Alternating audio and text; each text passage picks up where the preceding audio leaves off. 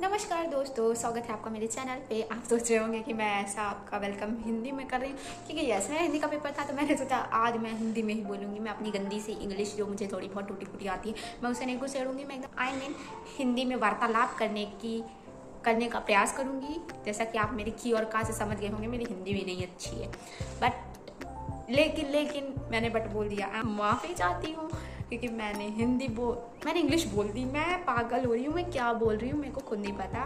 पर फिर भी हम अपनी वीडियो को आगे शुरू करते हैं और देखते हैं कि मेरा हिंदी का एग्ज़ाम कैसा गया और मुझे इस बार क्या शिकायतें हैं। एक गरीब इंसान सिर्फ शिकायतें ही कर सकता, उसके पास कोई ज़रिया नहीं जिससे वो अपनी इच्छाएं पूरी कर सके।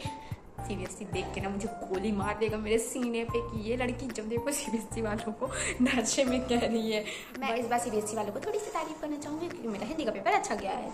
जब वो मेरे साथ अच्छा करेंगे मैं उनकी तारीफ करूँगी, जब मुझे पेपर नहीं आएगा तो मैं उनकी बुराई करूँगी। मैं बहुत बुरी लड़की हूँ। तो मेरा पेपर था हिंदी का, जैसा कि उन्होंने मेरी होली तहस नहस कर दी थी, बट मैं भी बहुत बदतमीज़ लड़की हूँ। मैंने भी 3 दिन के गैप में एक दिन भी नहीं पढ़ा था। एक जब होली हो गई, मैं रात में बैठी, पर मैंने सोचा अब तो पढ़ना ही पड़ेगा क्योंकि इसके अलावा कोई हमारे पास चांस नहीं है। तो मैंने क्या किया, मैंने आई थिंक 9 से 10 बजे कॉपी उठाई। अपनी कॉपी भी नहीं मिल रही थी, पता नहीं कहाँ रखी थी। ढूंढने पे मैंने पढ़ना शुरू किया। बस मैंने क्वेश्चन आंसर रीड करती गई। बज गए 2 बज गया था, फिर मैंने रख दिया। मैंने कहा अब तो मेरे से नहीं हो रहा, मैं गिव अप कर रही हूँ। और मैंने अभिव्यक्ति और माध्यम पढ़ा भी नहीं था, खाली आरोह और वितान करी थी। फिर मैं सो गई, और क्योंकि नींद भी इंपॉर्टेंट होती है, अगर हम सोएंगे नहीं तो जाहिर सी बात है यार इंग्लिश निकल जाती है। तो अब तो जैसा कि ये तो तय है कि अगर हमने अपनी नींद पूरी नहीं ली तो हमें सुबह नींद आएगी पेपर देते समय, जो हम लोग के लिए थोड़ा सा ख़राब होगा क्योंकि जब नींद आती है तो कुछ समझ में नहीं आता। बस यही होता है कि ये सब क्या हो रहा है, बस जल्दी ख़त्म। तो मैं जब पेपर देने गई तो पहले मैंने सोचा, मैं जैसे ही अपनी बेंच पे गई बैठी, एक तो मैं लेट जाती हूँ तो मुझे वहाँ के एग्जाम में भी कहते बेटा एटलीस्ट एग्ज़ाम में तो आ जाया करो। फिर मैंने क्या किया, मैं जैसे बेंच पे बैठी, उन्होंने कहा डार्लिंग एडमिट कार्ड। मैंने कहा मैम लीजिए। मैंने कहा इतना स्वागत सत्कार तो मेरे को आज तक नहीं मिला जो जिस हिसाब से बोल रही हैं। बट फिर मैं जैसे बैठी अपनी टेबल पे, फिर मेरे को याद आया मैंने पत्र तो देखा ही नहीं कैसे लिखते।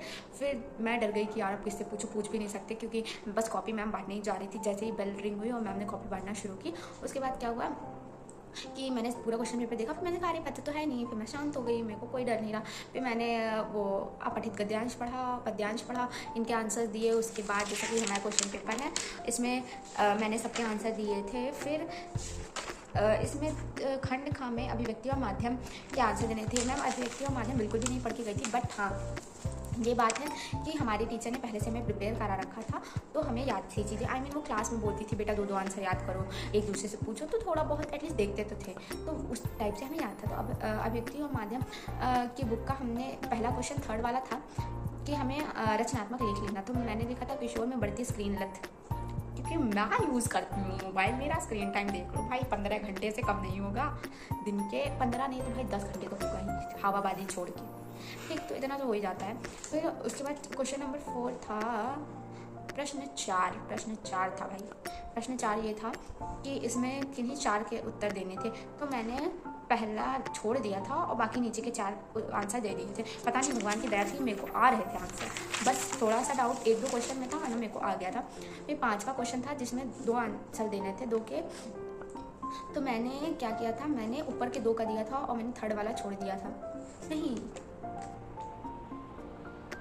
नहीं, मैंने पहला छोड़ दिया था और तीसरा और दूसरा किया था। खंड का आरोह और वितान से जो क्वेश्चन थे उन सब में मैंने दोनों जो पैराग्राफ दिए गए थे, एक काव्यांश था और दूसरा क्या था, फिर काव्यांश था, उसके बाद क्वेश्चन थे वो मैंने अटेम्प्ट किए थे। 7th में 2 कर लिए थे, तो मैंने 2nd और 3rd किया था। उसके बाद 8th वाला करना था जिसमें ऐसे ही 2 क्वेश्चन करने थे, तो मैंने इसमें छोटा मेरा खेत वाला जो फर्स्ट क्वेश्चन था वो वाला किया था।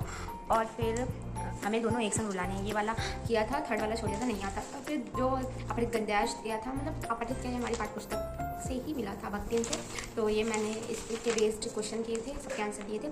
फिर 10th में भी हमें क्वेश्चन आंसर करने थे जिनमें से 2 करना था, तो मैंने पहला वाला कर लिया था और उसके बाद मैंने दूसरा कर लिया था। तीसरा मैंने इसलिए नहीं किया था क्योंकि मुझे ये स्टोरी कुछ सही से याद नहीं थी। उसके बाद क्वेश्चन नंबर 11 में मैंने 2 किया था। शिरीष की फूल की में कालिदास और हजारी प्रसाद द्विवेदी जी के विचारों में अंतर स्पष्ट करना था। इसका मुझे आंसर आता नहीं था, तो मैंने खुद से बना के लिख दिया। हजारी प्रसाद द्विवेदी के विचार तो मैंने स्पष्ट कर लिए थे, लेकिन कालिदास के नहीं आते। तीसरा विभाजन वाला कर लिया था, 2nd वाला, 3rd वाला छोड़ दिया था।